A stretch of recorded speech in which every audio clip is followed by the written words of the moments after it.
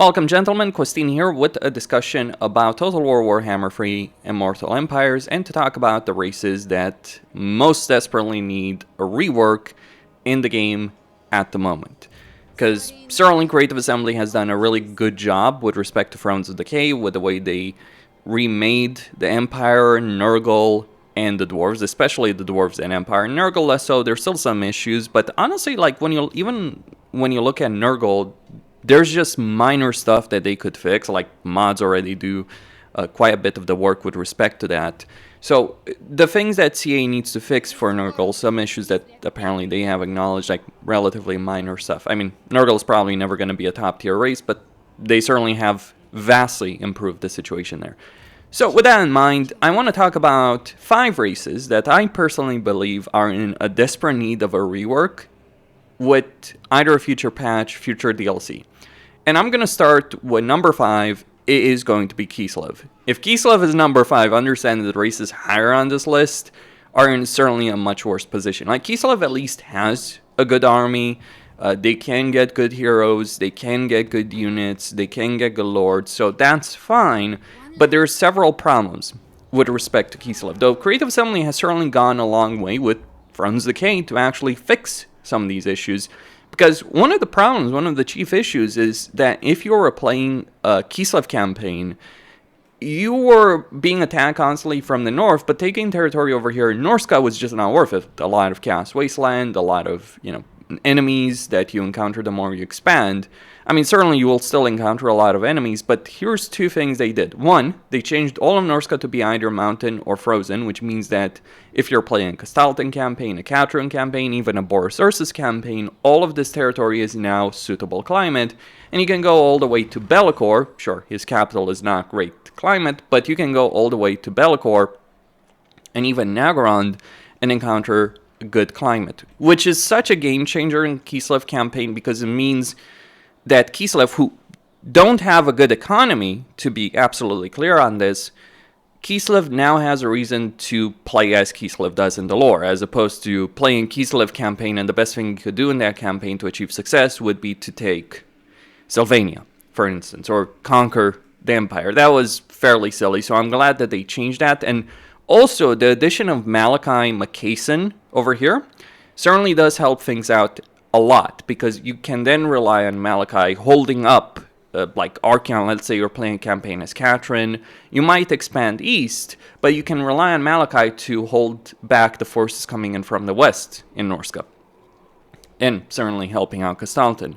If you're playing as Kastalten, you can rely on Malachi to remove a lot of the pressure that would be coming in from the east from Archeon. So that gives you more options. A lot more options, a lot more flexibility. Though it should be pointed out that for all of that, playing a campaign in this area is certainly not easy. It's certainly not a trivial matter. Malachi, who's one of the most powerful legendary lords in the game right now, certainly has a hell of a time playing his particular campaign. And you gotta understand that for all the benefits Kislev gets by having him there, it's still going to be a very rough time. So just keep that in mind. It's not going to be a cakewalk. But what are the issues of Kislev? Well, one of the issues is the devotion situation. Like, for instance, devotion is either a really annoying rope around your neck that limits your campaign by a significant amount, because in order to play a campaign as Kastalten or Katrin and get your short campaign victory condition, which gives you significant benefits, that hero capacity is pretty important, especially for Frost Maidens.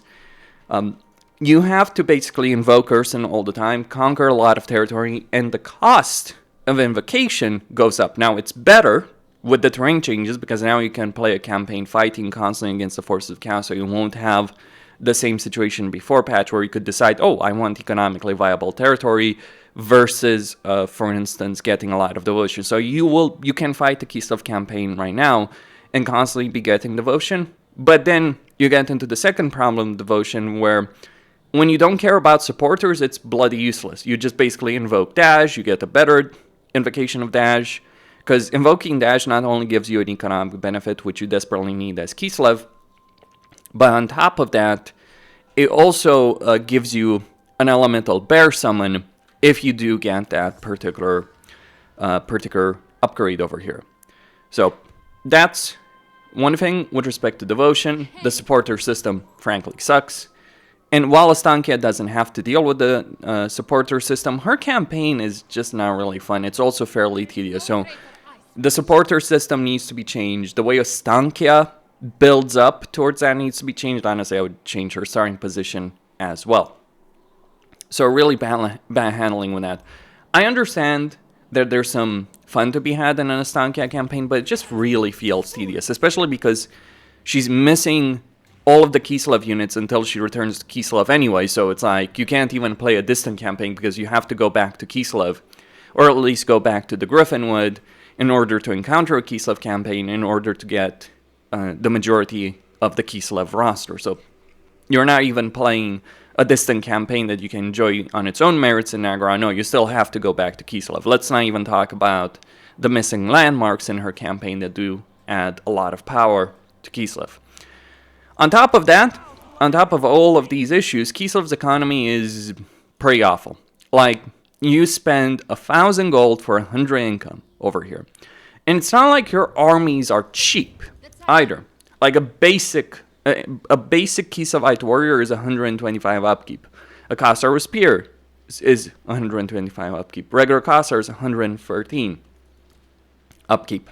It's not so much the unit recruitment cost that's the problem, because you can severely reduce it. It's the upkeep situation. This is a problem that the Empire had previously, where, yeah, you could recruit a lot of units because recruitment costs were low, but the real cost of an army is not the recruitment cost. That's just a one-time thing. The real cost of an army is the upkeep, and the upkeep for a lot of these Kislev units are very, very high. So they have a bad economy that doesn't scale very well, where you have to spend a significant amount of money to even get to like a quarter of the economic potential of someone like Skaven, someone like the Dwarves, someone like the Chaos Dwarves, and you border all of those factions, someone like the Greenskins. So this is the thing about Kislev.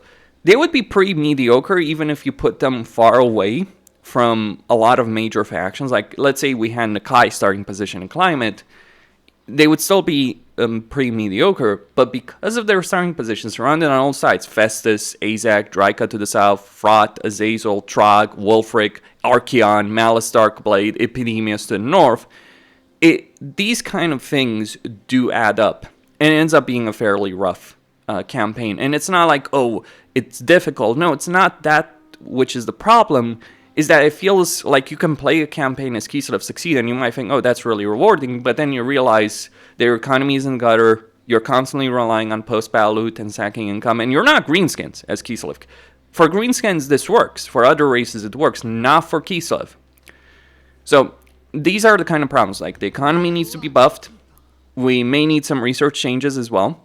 The devotion system and supporter system needs to be thrown in the trash bin or radically changed. Certainly the victory conditions for both Katrin and Kostaltin need to be changed and improved upon.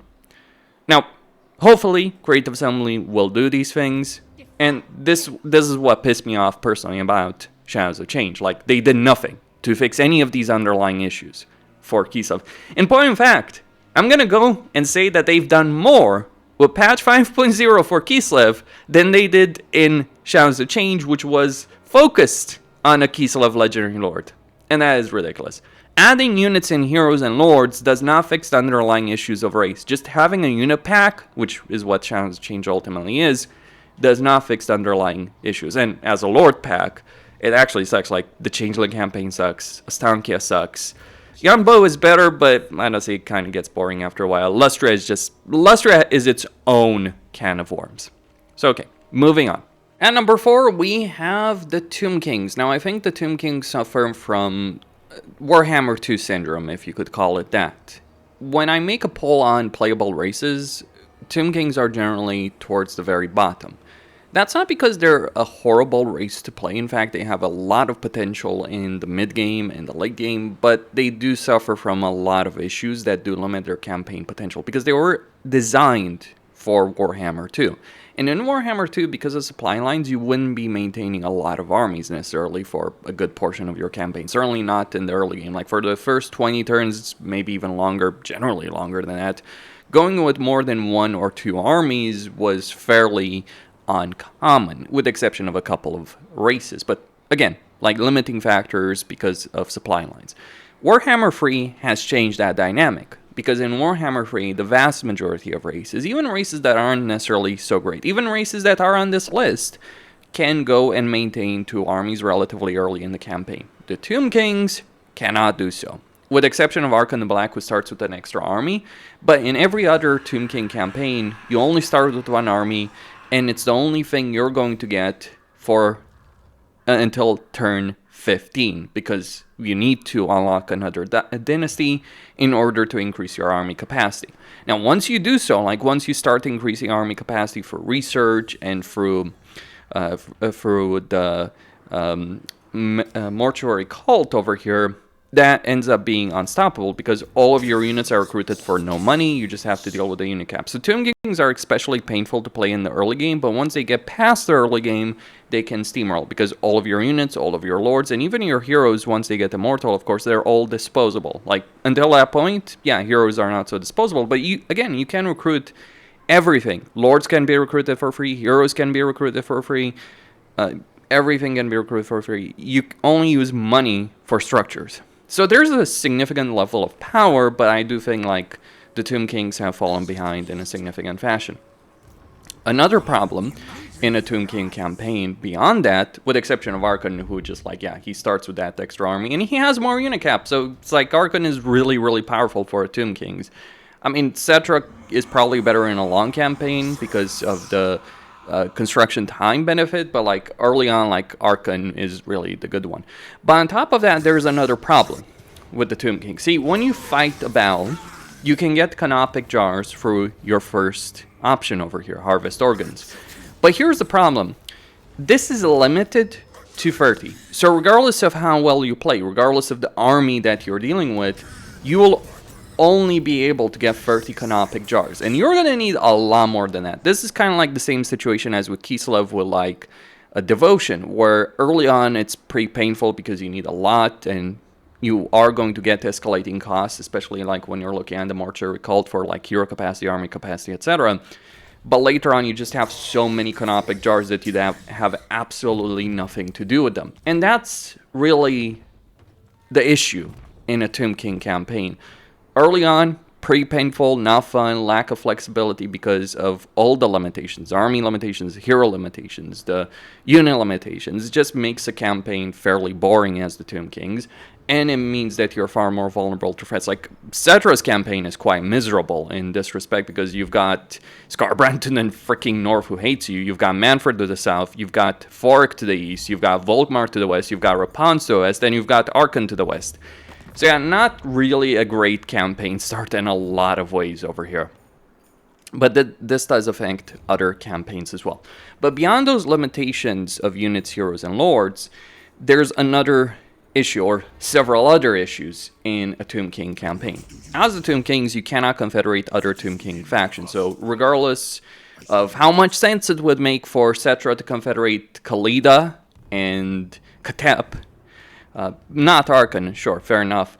But regardless of how much sense it would make to confederate them, you can't do so. Nor can you just say, okay, I'm gonna ally them, I'm not gonna wipe them out, or I'm gonna vassalize them, because you have diplomatic vassalization, which is an incredibly powerful tool. And unlike, say, Nurgle, who struggles a bit with that because of, you know, the time to construct structures, you can build barracks and sell it to other factions and get a good amount of vassalization faction. So that kind of helps you out, because like if you're playing a Cetra campaign, you can actually just like, oh, I'm gonna take the Great Desert of Araby, build that excavation, sell that to Rapunzel, and boom, she's my vassal. But here's the problem with that: victory conditions. Oh boy, this is gonna be pretty annoying. So actually, not even victory conditions. Let's first talk about the Books of Nagash. So in order to get the Books of Nagash, you need to occupy the settlements. Like the rogue armies that are running around all over the campaign map, all well and good. No problem, you can get those, I won't bother with those. But with like, consider Lamia. Like, Khalida shouldn't be your enemy, etc. But you need to take Lamia yourself. If you don't take Lamia yourself, if Khalida beats you to the punch to it, the only option you have to get a Book of Nagash is to fight her and win a war against her. And that's just one example. You're forced to fight factions that you wouldn't have any other reason to fight, just to pick up the Book of Nagash. It doesn't matter if you can make diplomatic alliances. It doesn't matter if those factions are your natural allies or not. You have to do it. This is something that's painful for Volkmar as well, because like there's a book in Carrick 8 Peaks, for instance, and that is pretty annoying to deal with because like the dwarves may pick up Carrick 8 Peaks, for instance, if you're playing as Volkmar. It's like, what, am I going to go to war with the dwarves just for a freaking book? Not a fun experience, really. The worst offender, though, is, of course, the book that's in the White Tower of Hoeth. It's a really fun experience having to invade Ulthuan, declaring war on the golden trio of Tyrion, Alariel, and Elfarion, not because you care about Ulthuan as territory, because it's not really worth it, but because you want the book. Because the books can give you a lot of power. Furthermore, with these books, they're randomized every time you start a campaign. So when you're playing a Tomb King campaign, you have that extra frustration whenever you're starting a campaign because there are certain books that are far more powerful than others. Like the most powerful books are the 5th Book of Nagash, by far, because it's giving you that army capacity and a lot of Tomb Guard capacity. So Tomb Guard capacity +5, Tomb Guard capacity +5 for halberds is an enormous early game benefit. So having this in Lamia and Cetra's campaign all the time is like what you want to do. But then there's others, like for instance, hero capacity to all heroes, helping with some of these issues. Like the books help you with some of the inherent issues that you have in a Tomb King campaign, but they're either very far away, so you won't get to them for most of your campaign. They're randomized, so you are forced, like if you want an ideal outcome, you're forced to start a campaign over and over again, and you can't get them from military alliances. Like, to give you a counterexample, Chaos Dwarfs with their relics in Realms of Chaos, Forik with his artifacts, right? He can get them from military alliances. It's bizarre and it's broken, and it doesn't just ruin the Tomb King campaigns, it ruins Volkmar's campaign, it ruins Manfred's campaign. It makes it a painful experience to deal with, because again, you're forced to find factions that you would otherwise naturally ally in your campaign, and forces you to do a bunch of stupid stuff, especially in Tomb King campaign, to overcome issues. Like, for Volkmar, and Manfred, they're built around the idea of getting those books, and those books representing in a lot of ways their faction effects, Electricon State Troopers, a lot of other benefits for Volkmar, and so on and so forth. So this mechanic with the books is pretty painful, but it gets worse. Victory conditions. So you can't even ally any faction over here in Camry, it doesn't matter who they are, because in order to win your campaign and get your long campaign victory condition, it's not necessarily too big of a benefit. Once a magic power reserve capacity after like 70 turns is not necessarily the best. But in order to do so, you need to take a lot of these settlements, in particular in Camry, you need to take these settlements and you need to control them yourself. It's not good enough to have another faction. This leads to stupid stuff like Cetra going to war with Khalida, or Khalida going to war with Cetra, or even the worst offender of all of them, Katep. Like, because Katep has these victory conditions as well. All of these things about Tomb Kings make sense in an Archon campaign. They do not make sense at all in the other campaigns of the Tomb Kings. But here's the thing about Katep. Katep was extremely loyal to Cetra and the lore, who's so devout that he literally let Cetra kill him in order to warn him. In the lore in the end times, Katep, if you want to win his campaign, not only do you have to go on a miserable world tour to end up in Camry, and you're very far away from it, but beyond that, you literally, assuming Cetra is still alive by that point, you literally have to declare war on Cetra, who Katep brought back to life. Like, to understand how loyal Katep is. Katep is the reason Cetra was awoken. Katep is extremely loyal to Cetra, but it's like, if you're playing this campaign, you have to declare war on him and conquer his territory to win the campaign. Such a stupid system. It may have made sense in Warhammer 2. I don't think it worked that great in Warhammer 2 either, but it's certainly showing its age in Warhammer 3.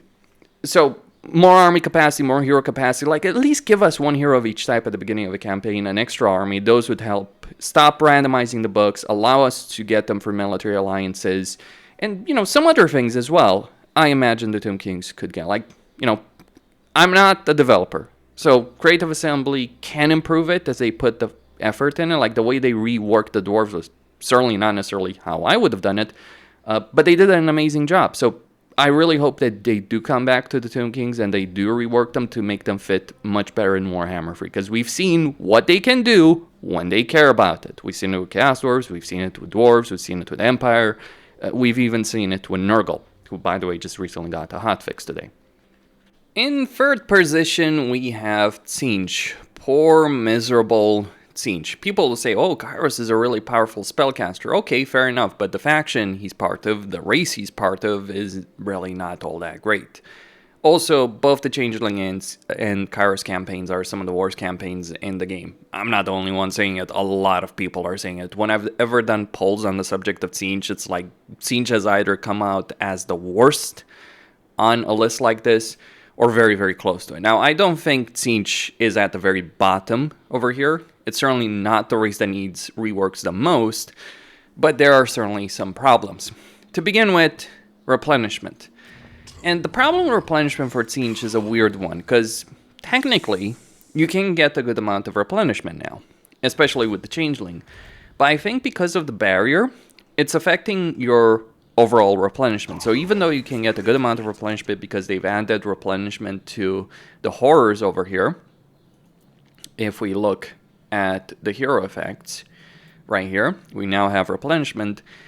The reality of Tzeentch is you're going to fight a lot of battles where you might fight the battles manually, win with minimal losses, but then if you auto-resolve anything, any battle, field battle, settlement battle, like literally this is with AR mods, and I literally just auto-resolved this settlement battle against Nurgle, and it's like, yeah, the Flamers are down to half HP, Kairos has taken a bunch of damage, the Cultist has taken a bunch of damage, it's not really a great situation, and it's going to take a while to recover from that.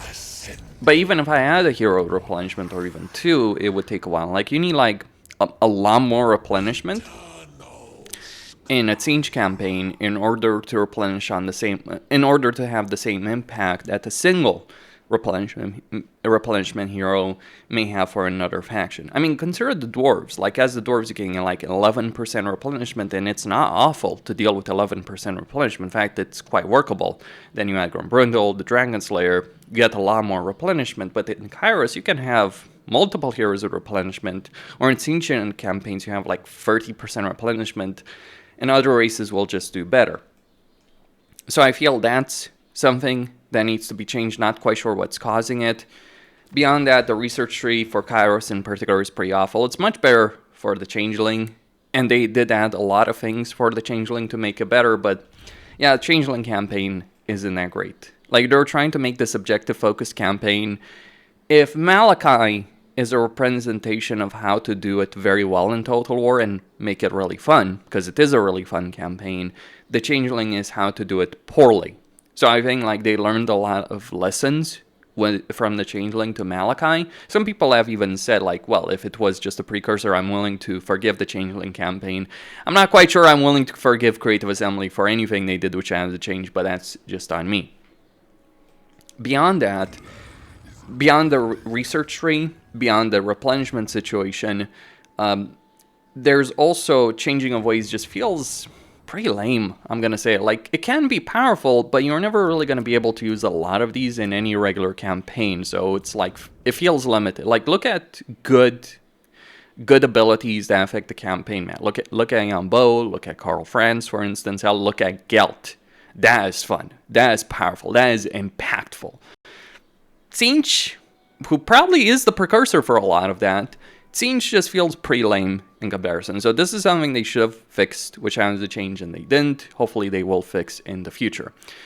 And finally, one of the bigger problems for Tzeentch, actually two of the bigger problems, is variety of units in a campaign and the economy, because those are two things tied together.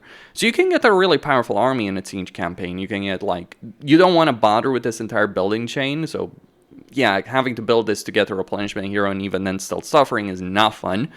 But beyond that, what you really want to do in a Tzeentch campaign is like just get the many attribute. Like, don't even bother with the structure because you're not going to have the money to maintain a lot of good armies. So that's one of the problems in a Tzeentch campaign, especially early on. So that ends up being lackluster. And also, it feels pretty lame, honestly, just using Forsaken and Sangors and that being an army capable of defeating everything in your path and not bothering on it anything else. So this is a problem that the dwarves had, like where if you're playing a dwarf campaign, the best thing you could do in a dwarf campaign would be, before patch, would be to get a bunch of Quarrelers and Grudgeforers, because no other army you could get until like tier 3, and dwarves had miserable growth. No other army you could get until tier 3, and even in tier 3, because you require multiple buildings to get your full economic potentials, because, yeah, dwarves that do have high costs for buildings, for units, high upkeep. So you are basically pressed into using Quarrelers and Grudgeforers to achieve your maximum campaign potential. It's a similar issue with Tzeentch. They fixed that for the dwarves, making units more available, changing their economy, Age of Reckoning, etc., improving their growth. So they fixed that for dwarves also. And now, when I'm playing any dwarf campaign, I have a lot more variety of units, which makes it a lot more interesting. But like with Tzeentch, yeah, Forsaken, Sangors, and eventually Chaos Warriors, and then Chosen. That is it. Worrying about any other buildings, like, yeah, you could eventually do so, but this is where the problems come in. See, in order to make a Tzeentch economy work, your basic economic structure is not the worst. It's not Kislev horrible, but it's still only 100 income for 500, and that's clearly not going to be enough. Like, Chaos armies can be really expensive. Very, very expensive. Like, a basic freaking blue horror, a worthless unit on the battlefield is 125 upkeep. So yeah, it's even worse than Kislev. You may be able to generate more money for a lower cost than Kislev, but it's still pretty awful. And you can trade, which is something Kislev can do. You might have a lower upfront cost, but yeah, money generation is a problem. The way you fix it, two ways. You get Winds of Magic in a province, and you can manipulate Winds of Magic and lower them and add them to this bar, and eventually you can get very high. So you can get like, you can get 150 to 300. So that's certainly better than Kislev, but still not enough for the cost of your armies. Your armies can be really good, but they can also be very expensive. The way you make a Tzeentch economy work is getting a bunch of warp lymphs. So consider this. You're having to build 2 buildings to get the same result that a faction like Greenskins, Dark Elves, even High Elves can get through a single structure, and whatever secondary structures they have is in addition to that. You're having to do that to just get your basic income, and you're having to do this in every settlement. Because, like, yeah, you can get plus 30 income from buildings, so you can generate thousands and thousands of gold for a single province, but it is limiting your unit recruitment, it is limiting your hero recruitment, it is limiting your hero capacity, and it feels pretty dull. And then resource buildings, it's like resource buildings, which would be more powerful than warp lymph, only give you 15% income from all buildings. Like, this is a problem demonic factions have had, like Scarbrand's campaign, Nurgle's campaign pre-patch, even to a degree like Slaanesh campaigns, but that's a different discussion. I think Slaanesh does need some improvements, replenishment-wise, but Slaanesh works a lot better in a lot of other ways. Still, limiting factors, and you end up having to get a lot of these structures, get them combined, and then you can get a good economy. So you're always going to be behind in your economy compared to other factions. Yeah, you may have powerful magic on Kairos, though, honestly, like, even in terms of magical potential, like, let me say it quite bluntly, Gelt blows everyone out of the water, which is like, Teclis is just crying over here in the Fortress of Dawn, that's all I'm gonna say. Like, yeah, Teclis really needs a rework. High Elves, not so much, but still. So yeah, I think Kairos doesn't feel like the magical powerhouse that he should be. Like, he personally, yes, can be powerful in battle, but like, his faction and the race as a whole doesn't really feel like Tzeentch should be. Like, they were trying with the Changeling, it fell flat, and ended up being a disaster. So, having a better economy from fewer buildings gives you more variety of recruitment, gives you more options, gives you more choices make campaigns more fun. You could say, oh, it makes things too easy. See, the problem isn't that the Tzeentch campaign is quote-unquote hard. It's like Forsaken Sangors will defeat everything. It's just really frustrating to deal with. And it's really dull and boring. Like, that would be my way. So I think that's one of the things Creative Assembly should focus on going forward. How do we make campaigns fun, as opposed to just like, how do we make this race more powerful than another, all that. Like, they should focus on making things fun, variety, versatility, climate, etc. Like, Tzeentch does have good climate for what it's worth. Funnily enough, like, poor Nurgle, he can't take mountains. What is it with Creative Assembly and mountains? Why do Tzeentch and Nurgle can't take mountains? Like, what is in those mountains? Can anyone explain that from a lore perspective? I'd be really curious to hear on that. Anyway, Moving on, let's go to the top 2 choices. They're going to be pretty obvious for anyone that's played a lot of Warhammer Free. Some are going to piss some people off, but I do stand by them. At number 2, and I'm sure if I was doing a community poll, these guys would come in at number 1, it is the Ogres. Enjoy Greases' campaign. You've got Grimgor, you've got Drazif, you've got Cafe, you've got Gorst, hell, you even have Kugaf to deal with potentially in a campaign. Like over here, I'm at war with Grimgor and with Gorst, and I did fight the battle against Grimgor, and he almost kicked my ass, and I had a much, much better army than him. There's something wrong with Ogres and the way they perform in combat. They're not infantry units, but they don't perform well as monstrous units, so they're kind of like in the middle path and pretty awful. I'm not sure about multiplayer balance, but I remember a while ago hearing like Ogres were really awful in multiplayer. Not sure if that's the case to this day.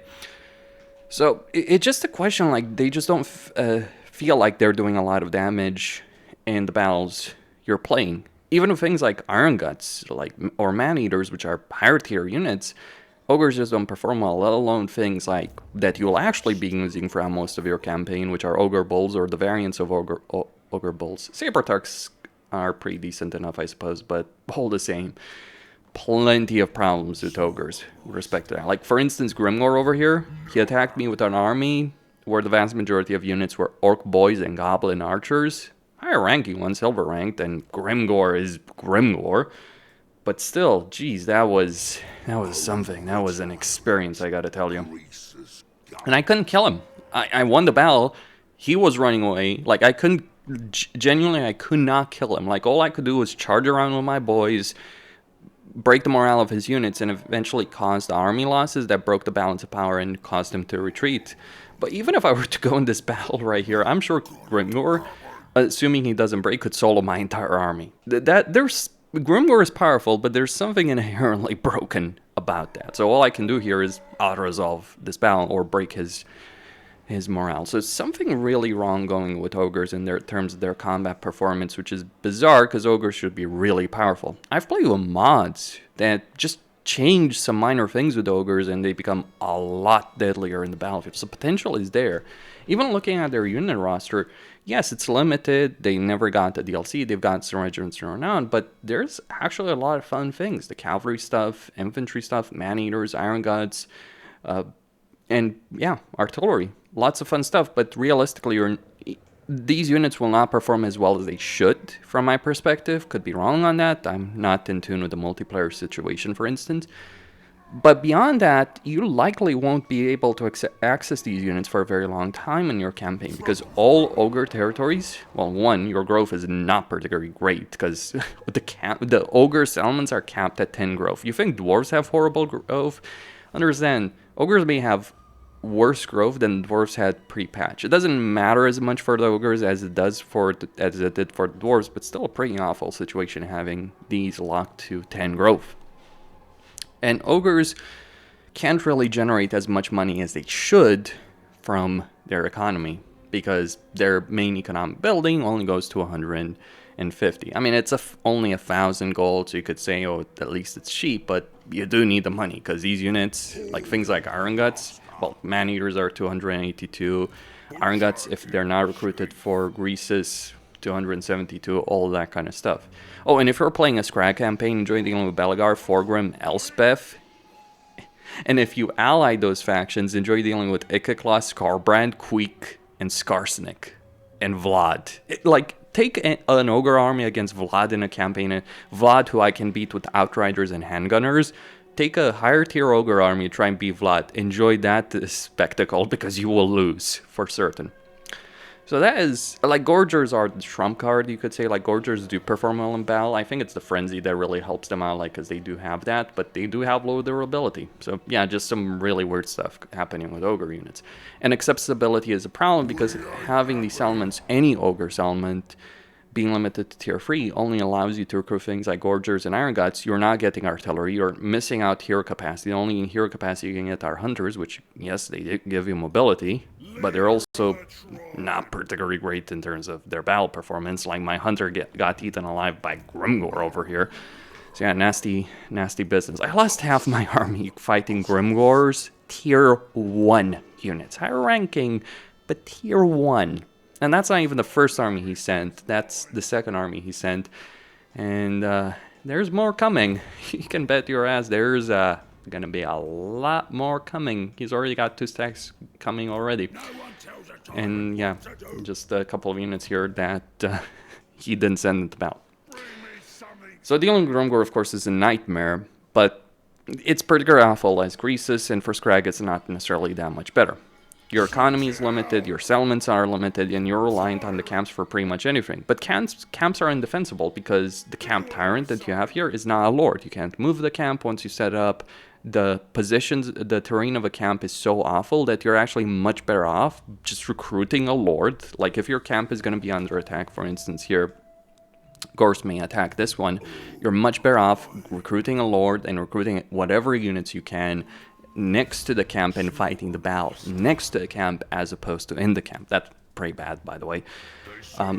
So Ogres, for a lot of factions, even many factions on this list, even factions that are pretty awful that are not on this list and need a rework still, like Norska, for instance, Beastmen to some extent, etc. Like factions that have issues but not quite to the same extent.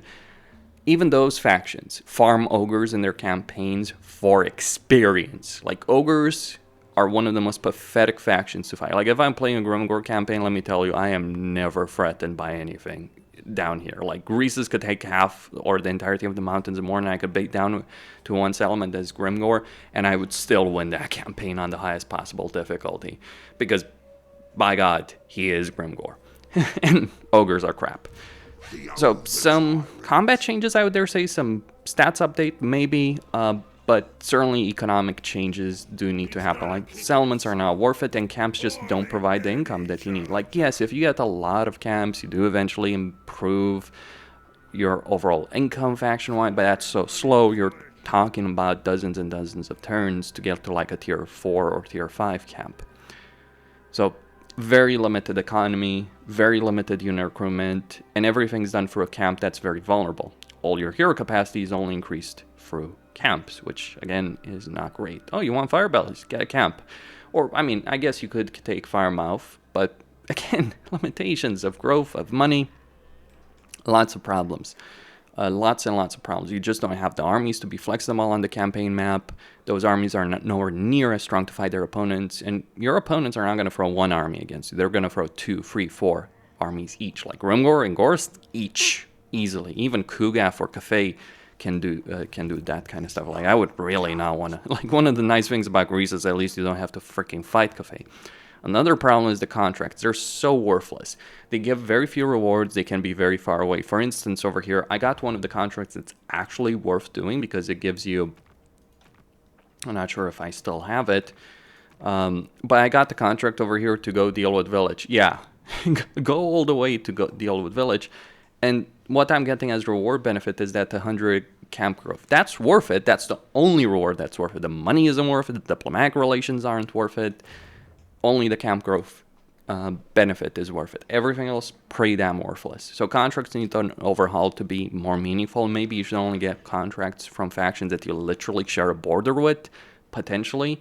Because I'm not sharing a border with Miao Ying, but she did give me the best contract. So issues with that.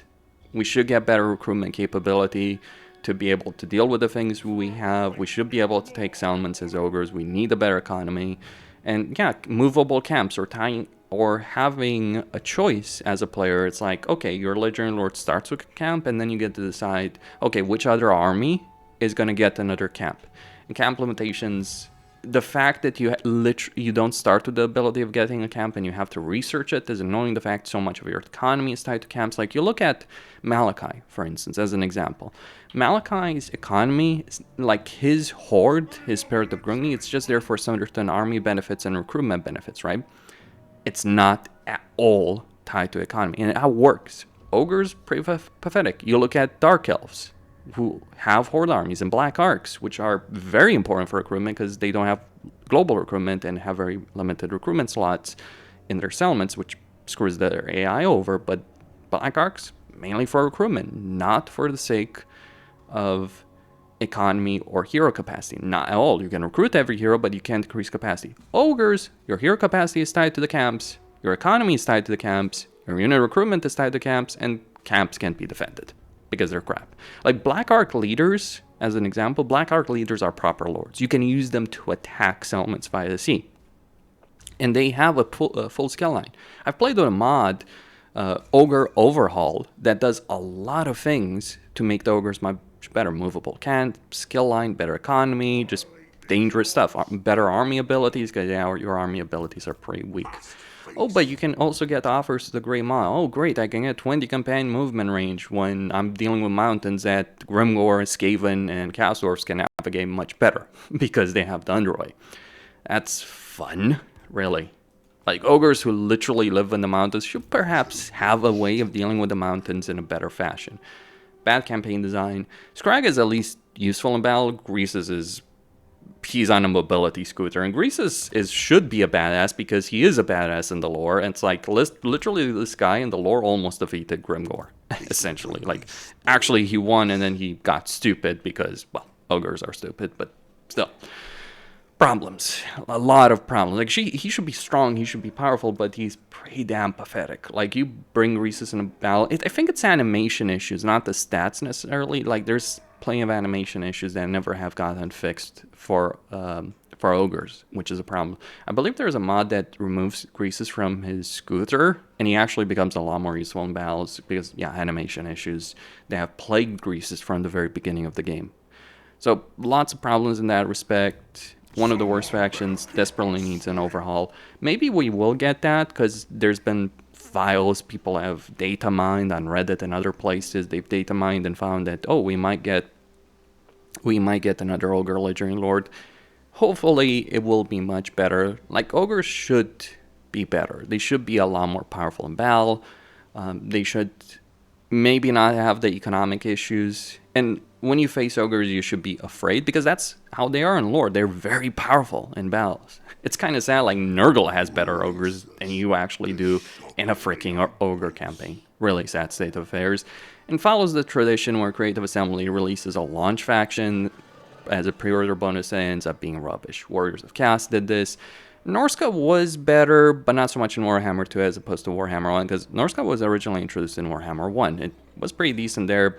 Norska has certainly fallen flat, but it's not quite as bad as the factions on this list. Or maybe you can call me out on that, argue that Norska does deserve a spot on this list. Certainly a lot of arguments in favor of that.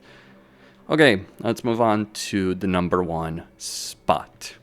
And finally, at number 1, by far and away, is the Vampire Coast. So on this list so far, I've talked about factions that have economic issues, factions that have recruitment issues in terms of limitations or issues with the stats. I've talked about factions that have Lord and hero limitations. Well, how about a faction that has no unit roster, or for them has significant hero and recruitment limitations, and then has no economy worth speaking about, and a unique campaign mechanic that actually makes the situation even worse? That is the Vampire Coast in Warhammer 3. I know I'm gonna get a lot of flack for this, because Vampire Coast was very welcomed when they were introduced in Warhammer 2, and I understand it. They were cool then. But like with the Tomb Kings, this was a faction designed around the meta of Warhammer 2, not Warhammer 3, and they haven't really been changed since then. So let's talk about the issues. Let's start with the unit roster. The vast majority of the units that you see in the Vampire Coast roster are worthless because they're low leadership, low armor, undead units. Guess what happens when undead units break? They don't flee, which would keep them alive. They run, and it's like, oh, you can recover zombies easily, and you might be able to keep some of them alive through research and all that. Sure, but at best, you're losing a unit that you then have to replenish basically from scratch. At worst, you're losing a unit and having to recruit it again, which is going to cost money that you frankly will not have. It's not like these units are necessarily cheap to recruit. You can obviously lower the recruitment cost even further. So their melee infantry line, until we talk about Depth Guard, is useless. Depth Guard are decent, actually quite good units, but they're limited because they're a tier 4 unit, so that's not a particularly fun experience. So enjoy playing your entire campaign without melee infantry, because the only melee infantry that's worth recruiting is a tier 4 unit. Unless you're playing on RNSN, in which case if you own the Ogres, awful DLC as well, but if you own the Ogre Kingdoms, you can get Man-Eaters, or at tier 1 you can get Sartosa Militia. Basically having the Empire Free Company unit as your main melee line until tier 4, and then requiring the Ogre DLC to get a decent melee unit that's also still expensive is not a great situation. But their artillery is strong. Yes, it is strong, but that's the only thing that's going to work in the roster. And even with artillery, when we consider things like deck gunners, which still low leadership, still low armor, and compared to many other artillery units, actually limited range, even in your own roster, let alone other faction rosters, still a lot of problem. The monsters are better, but again, they're expensive compared to what you can afford. And oh, Necrofix Colossi can do well, people will say. All I'm going to say is Necrofix Colossi are a very expensive unit that requires tier 5.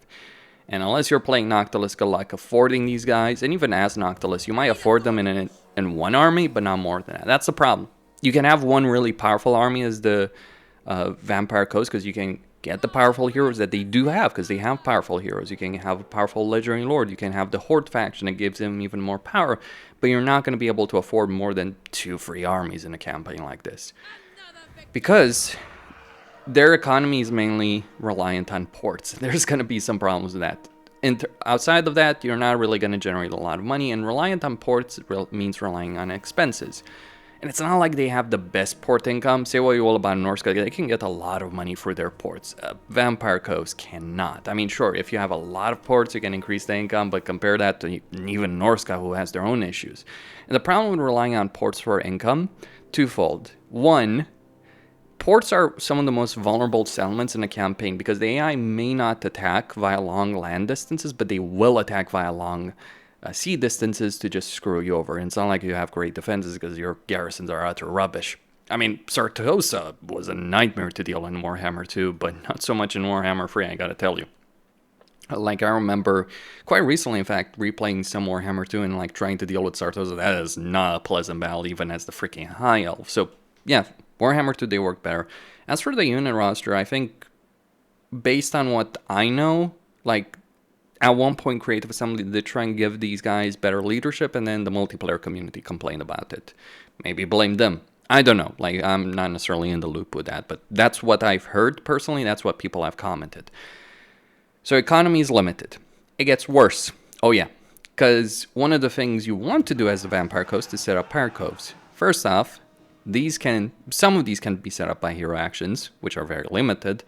But the problem with these Pyre Coves is if the settlement gets raised, you're going to lose them, which is a problem, because settlements can be raised by AI factions fighting each other.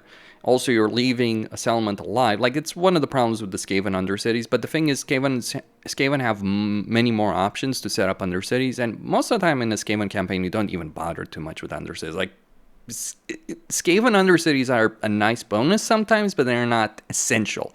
For Vampire Coast, they are essential because it's the only way to increase your hero capacity for Morgul hunters and gunnery rights, with the exception of the very limited horde armies that you can get in a Vampire Coast campaign. Because, like, if you get 1 to tier 5, yeah, you can increase, or tier 4, you can increase this hero capacity. These are good heroes, especially like the Morgul hunters. And yeah, outside of like your Legendary Lord, you get 4 other armies that have a horde army. Great. So hero capacity is very limited, and it takes actually quite a bit to actually unlock all of this. So enjoy playing a campaign with very limited hero capacity. You can increase Vampire Fleet Captains through ports, for tier 5 ports, remember that particular point, or through the horde army. So you can increase heroes through those things, but yeah, just annoying. And Pyre Coves, beyond all the issues of like, oh, I'm at war with the faction, let me give the settlement to, let me sack a settlement essentially of that faction and set up a Pyre Cove. Well, you're leaving your enemy alive, which on higher difficulties will certainly bite you in the ass. And even then, you got the choice like, oh, do I want to earn income, very limited income, or do I want to increase hero capacity? So yeah, Pyre Coves, I think they could like they would work better if they worked as undercities for Skaven, because Skaven have a lot of structures with various benefits, including engineer capacity, if you set up that special engineering one. So Pyrocoves are very limited. They can't be countered like undercities, except raising the settlement, but yeah, that certainly is an issue. Limited economy, bad unit roster, and a campaign designed around having a couple of powerful armies at most, but all your others are going to fall short compared to other factions. And that's really the essential problem with the Vampire Coast campaign. Like, even with our Anessa, who actually does have these special units, so she does have an infantry roster, and she can use Man-Eaters and Sartosa Militia and maybe Slayer Pirates if they ever get added in, hopefully, or you can mod them in, I guess. But even with all of that, like, other factions just farm these for experience. Because through our Nessa's campaign, you're up against Belagar, Scrag, and Ikeclaw, potentially. Like, one of those three, at least, you will be fighting. Enjoy dealing with Ikeclaw as our Nessa with his nuclear weapons, or Belagar with his immortal heroes. Even Ogres, for all their problems, will obliterate you. Because one of the problems that Vampire Coast has suffered is because of all the range issues that the game has had so far. Now, those have been fixed, but I do like the limited range that a lot of these units do have does certainly screw them over compared to other factions. And yeah, gunpowder units still face a lot of limitations. The first campaign I defeated in Immortal Empires, it was as Count Noctilus, and it was not a fun experience. I did it. You can win as any campaign. You can win as Daniel, who I haven't even put on this list. Realistically, objectively speaking, Daniel should be on this list. The Undivided Demons of Chaos are genuinely the worst faction in the game, but, like, forget Daniel. He's an irrelevancy at this point. He doesn't even deserve a mention because he's that much of an irrelevancy with respect to Warhammer 3. Sad state of affairs, isn't it, compared to the prologue, but that's how it is. Like, yeah, Daniel could use a rework to actually be better. He probably will never get one. Maybe there is some hope for these other factions. Certainly I would hope for Kislev and the Tomb Kings at the very least, and Ogres, but we shall see what CA does decide to do. Other factions, yeah, Daniel, as I mentioned, Norska. Vampire Counts could use some improvements, but like people talk about like Vampire Counts needing a rework. They could use one. I wouldn't say no to it for certain. But it's like, Vampire Counts are a really powerful freaking faction. You want to play on Undead faction that plays well? Yeah, Vampire Counts are the best. Powerful heroes, powerful lords, lots of heroes, powerful economy, great unit recruitment, great units. Night and day difference compared to the trash that the Vampire Coast is. So yeah, they could use more variety, I suppose. Some improvements here and there, but they're nowhere near this list. Norska, lots of issues to be certain, but not quite on the same level, I would argue, but still lots of issues. I would not want to play a Tra campaign right now, I can tell you that much for certain. But you can make it work. It's more buggy than completely broken. Like, you could fix Norska rather easily with some economic improvements and better ways of earning favor with the gods, and it could work. More units, sure, that would work. But for the factions that are on this list, yeah, they need major overhauls. Every single one of them. And the way they work, and the way the faction mechanics work, and the campaign mechanics work in general for every single one of them, and for every single one of their campaigns. That is my perspective on this. Beastmen could use some improvements. Bretonia could use some improvements, especially in the research tree. You know, early game Bretonia is pretty awful. Like, it gets a lot better later on, though. Like, that's the thing. Like, that's one of the irredeemable things about Ogres and Vampire Coast and even Tzeentch. They don't get better. I mean, Tzeentch, you can get a better economy, but you're still going to have a lot of issues. But Ogres and Vampire Coast do not get better as you play their campaigns. There's very few redeeming qualities for them, and it's quite a shame, really. Quastin signing out. Don't forget to subscribe, like, and enable notifications, and stay tuned for more.